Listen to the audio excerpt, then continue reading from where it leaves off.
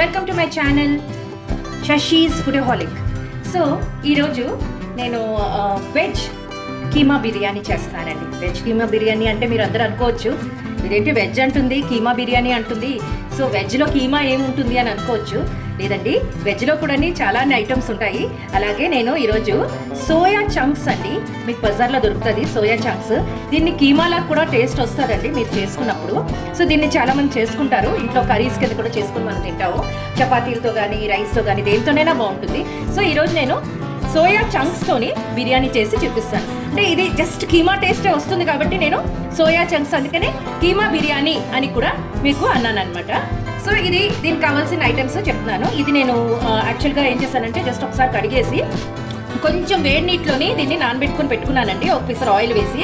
So అది ఇలా చూసారా ఎంత చక్కగా కీమాలా కనిపిస్తుందో. సో ఇలా చేసేసి అరౌండ్ 150 గ్రామ్స్ తీసుకొని ఇలా చేసి పెట్టానండి. అలాగే 300 గ్రామ్స్ రైస్ తీసుకున్నాను. ఇది ఒక ఉల్లిపాయ, ఒక టమాటా, ఒక చిన్న అల్లం ముక్క, అంటే ఒక 50 గ్రామ్స్ అల్లం ముక్క, అలాగే ఒక వెల్లుల్లిపాయ, ఒక ఫుల్ వెల్లుల్లిపాయ వేసుకున్నానండి. ఇది గొట్టాలు, మీకు తెలుసు కదా నేను ఎప్పుడు బిర్యానీలు చేసినా నేను గొట్టాలు వాడుకుంటాను. అలాగే కొంచెం జీడిపప్పు, అలాగే పచ్చిమిరపకాయలు ఒక 10 పచ్చిమిరపకాయలు అండి ఇలా చీల్చి పెట్టుకున్నాను. అలాగే ఒక టమాటా, ఒక ఉల్లిపాయ, ఎండుమిరపకాయలు 4-5 అండి. సో దీంతో ఇప్పుడు మనం వెజ్ కీమా బిర్యానీ చేసుకోవడం చూపిస్తానండి. ఇదిగోనండి, ఆల్రెడీ నేను కుక్కర్ పెట్టుకున్నాను, కుక్కర్లో చేసుకుంటున్నాను. నేను వెజ్ కీమా బిర్యానీ చేసుకున్నాను అని చెప్పాను కదా, ఐటమ్స్ చూపించాను కదా. సో నేను కుక్కర్లో చేసుకున్నాను, అందులో నేను కొంచెం ఆయిల్ వేసి పెట్టుకున్నానండి. అరౌండ్ ఒక 4 to 5 స్పూన్స్ ఆఫ్ ఆయిల్ వేసుకుని పెట్టుకున్నాను. సో ఫస్ట్ ఇనిషియలీ మనం ఇందులోని కొంచెం జీడిపప్పు వేసేసి వేపుకొని తీసేసుకుందామండి. జస్ట్ కొంచెం వేసుకుంటే సరిపోతుంది. సో ఇందులోని నెక్స్ట్ జీడిపప్పు వేసిపోయింది కదండి, ఇప్పుడు మనం ఈ గొట్టాలన్నీ వేసేద్దాము. సో గొట్టాలు వేసేసుకొని కొంచెం అది వేడిగా ఉంది కదండి, చక్కగా వేగిపోతుంది. వేసేసుకున్నాక ఇప్పుడు మనం ఇందులోని ఈ పచ్చిమిరపకాయలు, అలాగే ఎండుమిరపకాయలు, టమాటా, ఉల్లిపాయ కూడా వేసేసుకున్నాం. సో ముందు మనం సోయా చంక్స్ ఉన్నాయి కదండి, దాన్ని వేపుకోవాలి. మనం ఎలాగైతే కీమా కానీ ఏదైనా నాన్ వెజిటేరియన్ చేసుకున్నప్పుడు మనం ఎలాగైతే వేపుకుంటామో అలాగే మనం ఈ వెజిటేబుల్స్ అన్నీ కూడా ఇలాగే వేపుకోవాలండి.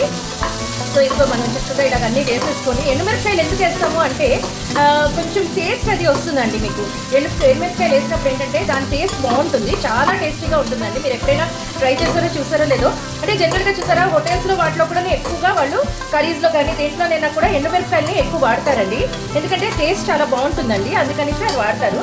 అలాగే ఇప్పుడు మనం ఇది వేసుకున్నాం కదండి, ఇప్పుడు నెక్స్ట్ కొంచెం మనం ఇందులోనే కొంచెం సాల్ట్ వేసుకుందాం అండి. సాల్ట్ ఒక స్పూను, ఈ చిన్న స్పూన్ నేను వాడతాను కదా ఇప్పుడు రెగ్యులర్గా, దాంతోనే ఒక 2 స్పూన్స్ అంటే రైస్కి తర్వాత ఆ సోయా చంక్స్కి సరిపోయేలాగా ఒక 3 స్పూన్స్ వేస్తున్నానండి. ఎందుకంటే మనకి అది 300 గ్రామ్స్ ఆఫ్ రైస్ కదండి, అందుకని ఒక 3 స్పూన్స్ వేసుకున్నాను. సో ఇప్పుడు దీన్ని కొంచెం ఇలాగా కలుపుకుని దీని తర్వాత మనం పసుపు వేసుకుందాం. పసుపు అలాగే 1 స్పూన్ వేసుకుంటే సరిపోతుందండి పసుపు.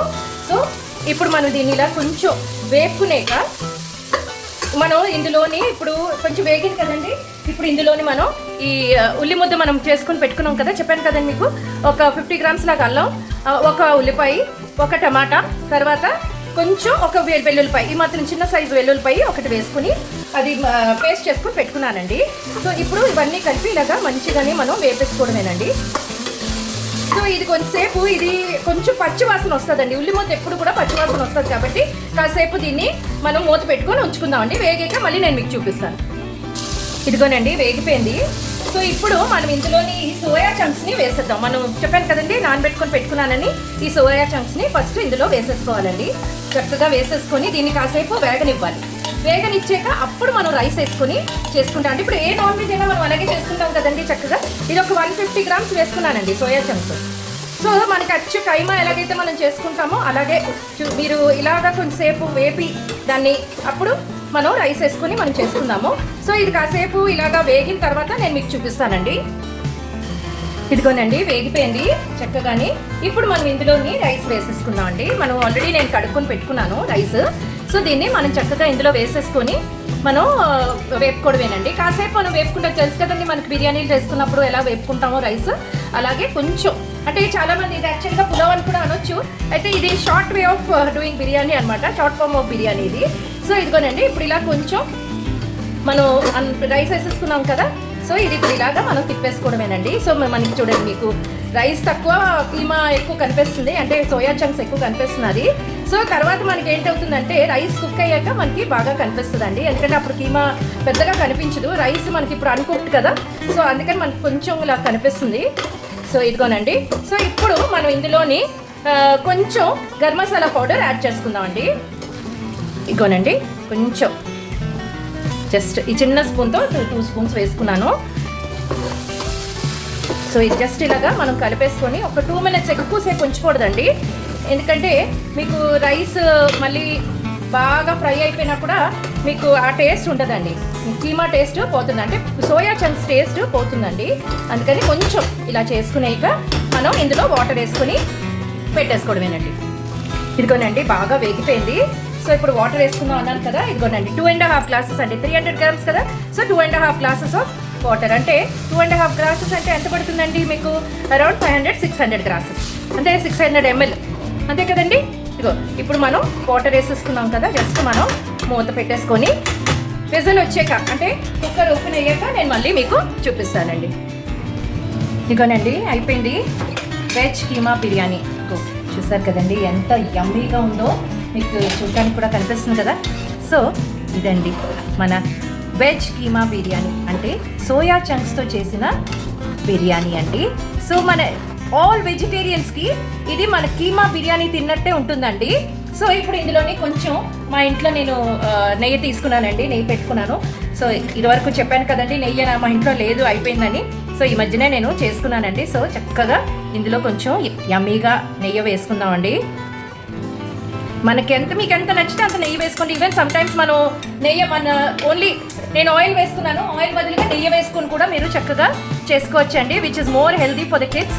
అండ్ సోయా బీన్స్ అన్నది పిల్లలకి చాలా మంచిదండి. మీరు ఎంత పెడితే, అంటే అందరూ ప్రోటీన్ కదండి, సోయా అన్నది ప్రోటీన్. సో మీరు ఎవరైనా తినొచ్చండి, చాలా హెల్దీ ఫుడ్ ఇది. సో ఇదిగోనండి ఈరోజు మన వెజ్ కీమా బిర్యానీ. సో దీన్ని నేను ప్లేట్లో తీసుకునేక మీకు మళ్ళీ చూపిస్తానండి. అంతకుముందు కొంచెం నేను తురుముకొని పెట్టుకున్నానండి కొత్తిమీర, చక్కగా దీని మీద ఇలాగా జల్లేసుకొని మీరు ఎవరికైనా పెట్టొచ్చండి. ఎవరైనా సడన్గా గెస్ట్ వస్తున్నారు అంటే చక్కగా పెట్టొచ్చండి. సో మీకు నేను ప్లేట్లో సర్వ్ చేసుకునేక చూపిస్తానండి. ఇదండి ఈరోజు వెజ్ కీమా బిర్యానీ. చూసారు కదా, ప్రాసెస్ని కూడా చూసారు కదా, ఎంతెంత వేయాలో క్వాంటిటీస్ అది కూడా చూసారు కదండి. సో ఇప్పుడు మీరు మీ ఇంట్లో చేసుకుని మీ ఫ్యామిలీ మెంబర్స్కి తినిపించండి.